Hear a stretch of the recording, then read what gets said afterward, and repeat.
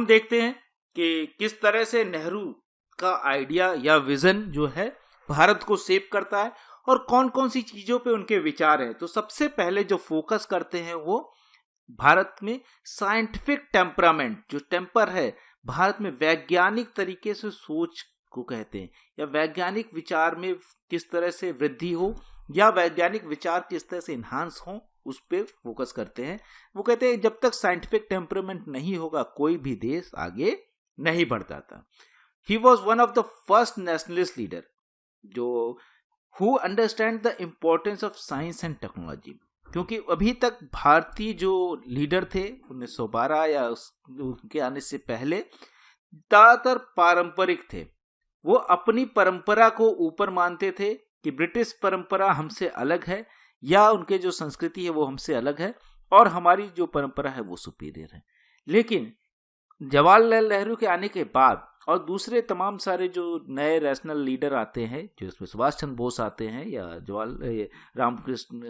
राम मनोहर लोहिया हो या जयप्रकाश नारायण हो, इस तरह के लोग ये जो आते हैं ये पूरे जो आइडिया ऑफ कांग्रेस है इसको चेंज कर देते हैं। अभी तक कांग्रेस संस्कृति के नाम पे या जो पुरानी चीजें उस पर लड़ रही थी, अब ये कह रहे हैं कि साइंस एंड टेक्नोलॉजी जरूरी है।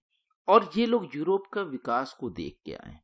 यूरोप का विकास जो होता है ये इसी दोनों चीजों पे डिपेंडेंट करता है। जब रेनेसा होता है उसके बाद से जो जिस तरह से विज्ञान की बढ़ोतरी होती है और जिस तरह से टेक्नोलॉजी, उसने इंडस्ट्रियलाइजेशन दिया।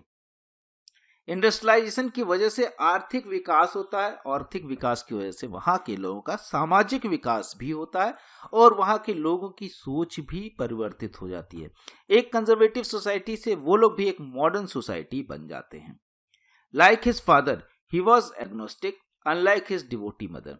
अब इनका अगर पर्सनल जो देखा है, जो व्यक्तिगत रूप से एग्नोस्टिक थे, ये पूरी तरह से ये तो नहीं कह सकते कि नास्तिक थे, लेकिन पूरी तरह से डिवोटी नहीं थे। जिस तरह से उनकी मदर थी काफी कट्टर हिंदू थी, उस तरह की नहीं थे। ये सभी धर्मों में बिलीव करते थे और एक ऐसी चीज कि हाँ गॉड हो भी सकता है, ये नहीं भी हो सकता है, या सीधे सीधे रिजेक्ट नहीं करना या सीधे सीधे एक्सेप्ट नहीं करना जब तक उसको तर्क की कसौटी पे ना खरा उतरे। तो फादर भी उनके ऐसे ही थे और ये भी खुद ऐसे मानते। और इनका जो एग्नोस्टिक आइडिया है ये बाद में भारत के सेकुलरिज्म में बहुत कंट्रीब्यूट करता है। जो भारत का आज का सेकुलरिज्म है कहीं ना कहीं इनकी एक देन है। He was aware of the difficulties inherited. ये ऐसा नहीं है कि इनको नहीं मालूम है कि भारत में या कांग्रेस के अंदर किस तरह से इनको बदलाव करना। वो उस चीज को समझते हैं कि कांग्रेस में अगर सीधे सीधे साइंटिफिक चीजों पे या एग्नोस्टिक विचारधारा रखेंगे तो शायद कांग्रेस को चला पाना, क्योंकि हमारा जो देश है वो कह रहे हैं in nurturing science and technology in the society where thought process were govern by traditional mode. जैसा वो खुद भी कहते हैं कि हमारा ये बहुत कठिन काम है। क्या? नर्चरिंग साइंस एंड टेक्नोलॉजी, लोगों के दिमाग में वैज्ञानिक सोच और तकनीकी का इस्तेमाल करना सिखाना बहुत मुश्किल है।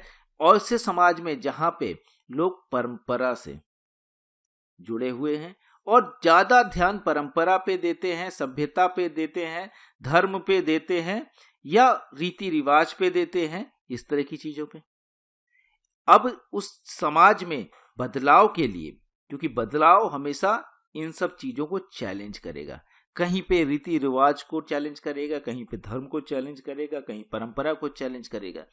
लेकिन ये कहते हैं कि एक स्मूथ कॉन्ट्राडिक्शन जो हो वो किस तरह से हो, और इसमें कुछ हद तक, काफी हद तक ये सफल भी होते हैं। अगर हम भारत के समाज को देखें तो धीरे धीरे विदाउट एनी, जैसे यूरोपियन समाज में आता है, रेनेसा आता है, बहुत से लोग इस विचारधारा की वजह से मारे जाते हैं, जो साइंटिफिक विचारधारा रखते हैं उनको मारा जाता है। लेकिन जब बदलाव आता है तो क्रांतिकारी बदलाव भी होता है। आज के समय में तमाम सारे लोग जो पारंपरिक नहीं है और तमाम सारे लोग साइंटिफिक तरीके से सोच रहे हैं। भारत के अंदर उस तरह की जो कह सकते हैं हिंसक चीज या मारकाट या रेनेसा तो नहीं आता, लेकिन बदलाव जरूर आ रहा है धीरे धीरे।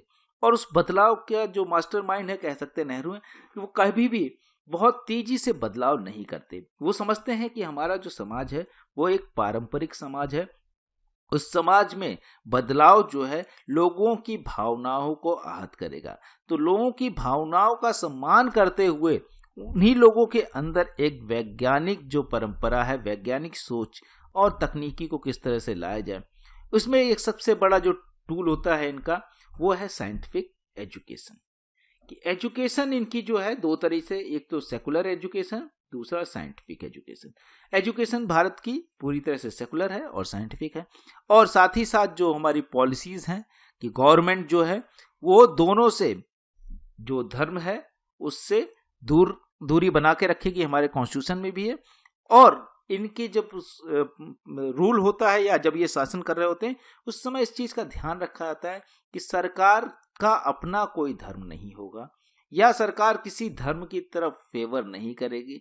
तो एक तरफ तो सेकुलरिज्म के आइडिया को प्रमोट करते हैं, दूसरी तरफ अगर हम देखें तो जो साइंटिफिक एजुकेशन है, हमारा जो एजुकेशन सिस्टम होता है वो पारंपरिक, ऐसा नहीं कि पूरी तरह से धार्मिक शिक्षा के विरोध में है। ये कहते हैं अपने अपने धार्मिक स्थलों के अंदर या जो माइनॉरिटी के लोग हैं वो लोग अपने अपने धार्मिक संगठन बना सकते हैं, एजुकेशनल इंस्टीट्यूट। लेकिन जो सरकारी स्कूल हैं या गवर्नमेंट के इंस्टीट्यूशन हैं उनके अंदर कोई धार्मिक शिक्षा नहीं दी जाएगी किसी भी धर्म की, चाहे वो माइनॉरिटी के धर्म हो चाहे वो मेजॉरिटी के धर्म हो। उनको सेकुलर बनाया जाएगा और एक वैज्ञानिक विचारधारा दी जाएगी जिससे वहां से जो बच्चे निकले या फ्यूचर निकले, क्योंकि बच्चों से बहुत प्यार करते हैं तो बच्चों के ऊपर फोकस, वहां से जो बच्चे निकले वो भारत को एक साइंटिफिक नेशन बनाने में मदद करें, एक टेक्नोलॉजिकली एडवांस नेशन बनाने में मदद करें। और देखते हैं हम तेजी से भारत, जहां पे कुछ भी नहीं था इंडिपेंडेंस के समय, तेजी से भारत के अंदर तमाम सारे इंडस्ट्रीज, चाहे वो भाभा एटॉमिक रिसर्च सेंटर हो या इस तरह के तमाम सारे जो IIT जैसे चीजें, ये बनना शुरू हो जाती हैं। अब हम देखते हैं इसके बाद, he was never tired of speaking about the scientific temper of fighting irrationality. अब ये एक तरफ तो प्रधानमंत्री हैं, एक तरफ तो पॉपुलर पॉलिटिक्स करते हैं। पॉपुलर पॉलिटिक्स में बहुत सी चीजें ध्यान में रखनी पड़ती हैं कि कहीं किसी के सेंटिमेंट को ना हर्ट कर दें, क्योंकि अगर लोगों का सेंटिमेंट हर्ट होगा तो वो आपको वोट नहीं देंगे। तो एक साथ दोनों चीजों पे कमांड रखते हैं Nehru, popular politics, popular sentiment को भी मेंटेन करते हैं। साथ ही साथ वो जो साइंटिफिक टेम्परामेंट है वो कहते हैं कभी भी नहीं थकते, हर भाषण में, हर जगह पे, अपनी किताबों में उस साइंटिफिक टेम्परामेंट को बढ़ाने की बात करते हैं। और जो फाइटिंग इरेशनैलिटी है, अतार्किकता जो है, उसको हमेशा फाइट करने की बात बोलते हैं, अपने कैडेट से भी बोलते हैं और साथ ही साथ वो खुद भी कोशिश करते रहते हैं और तमाम सारे ऐसी चीजों का विरोध भी करते हैं सरकार में रहने के बावजूद, जहां पे किसी धर्म विशेष का या अतार्किक कोई चीज हो रही हो उसको नकारते भी हैं।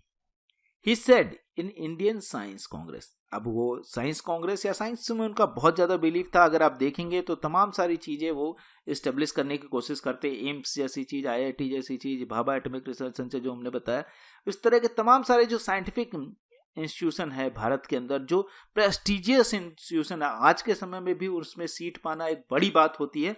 उन सारे इंस्टीट्यूशन की जो न्यू है या आइडिया है वो नेहरू रखते हैं। और इंडियन साइंस कांग्रेस में जैसा उनके स्टेटमेंट है, politics led me to economics, कहते हैं जो राजनीति है उसने मुझे इकोनॉमिक्स में लाया, आर्थिक चीजों पे सोचने के लिए मजबूर कर दिया या आर्थिक चीजों के बारे में सोचना शुरू करता हूं। And this led me to inevitably to science. जब आर्थिक चीजों के बारे में सोचेंगे तो अपने आप स्वयं ही विज्ञान के बारे में सोचना शुरू कर देंगे।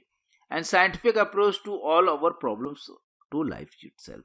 और जब साइंस के बारे में सोचेंगे तो हम समाज के या अपनी सारी जो समस्याएं हैं उनके बारे में सोच रहे हैं।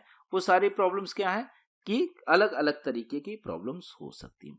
अब ये कह रहे हैं कि इकोनॉमिक्स, क्योंकि इनके सामने जैसे मैंने पहले भी बताया यूरोप का मॉडल है।